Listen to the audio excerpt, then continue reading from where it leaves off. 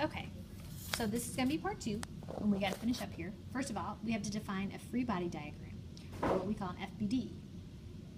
Free body diagrams are pictures that are going to show all the forces acting on an object. Okay, pictures that show all the forces acting on an object. And now we're going to talk about one more thing about net force. Okay, and sorry this got out of order a little bit, but number 1 is that if F net equals 0, then your object can be at rest or moving constant velocity. This is big. Again, if your F net is 0, then your object is at rest or it moves at constant velocity. However, if F net is greater than 0, then it's accelerating. So now let's look at some pictures. Number 1, we're going to do box on a table at rest.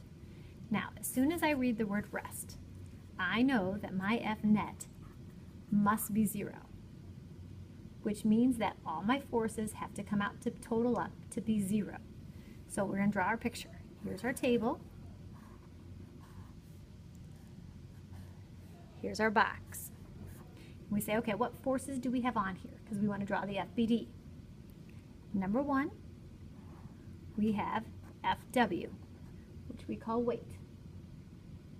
Now something has to balance that out, or otherwise the F net would be equal to FW and the box would come crashing through the table. So the table has to be pushing it up.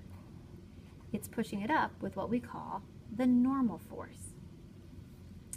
Now if you notice, Fn is equal and opposite to Fw. You know what? The other thing we can do is we'll look at up, down. Your F in the up direction is equal and opposite to F in the down direction. And that makes our F net come out to 0. That way it's at rest.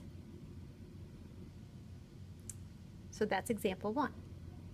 Now example 2. Box pushed right on carpet at constant velocity. Again, I read the word constant velocity and then I know my F net must be 0. So I'm going to draw carpet and then my box. And then I'm going to talk about my forces. First of all, I always have weight. So my Fw is directed down. Then something has to be pushing it there, pushing up so it doesn't fall into the ground. That is my Fn. Now, it's not moving up or down, so I know that my force up is equal and opposite to my force down. Now, it does say that it's being pushed right. That means I have a force to the right, which I call Fp. That just your pushing force can be called Fp. Now, if it's on carpet, there must be another force, and that force is friction, which we call Ff.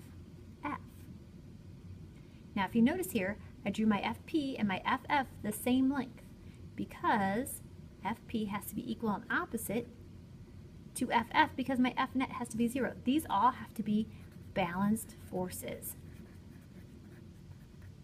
And this will keep moving at constant velocity. Then one more for today. A box accelerating left on the carpet. Now it's accelerating, so let's watch what happens here. We're still going to have Fw. We're still going to have Fn. They're still going to be equal and opposite. Now, all these statements that I'm writing to the right, I call those force statements. You should have all those in all your pictures. Now, it's accelerating left. That means it's getting pushed to the left. So Fp. There also has to be friction, which is Ff. Now, if you notice, I drew my F left greater than my F to the right because it's accelerating. This tells me my F net will be greater than 0, which means it's accelerating. And that's how to do your FBD. Again, you need to have your statement about F net and your statements about your forces and how they compare to each other. right? And then we'll do some practice out of our package.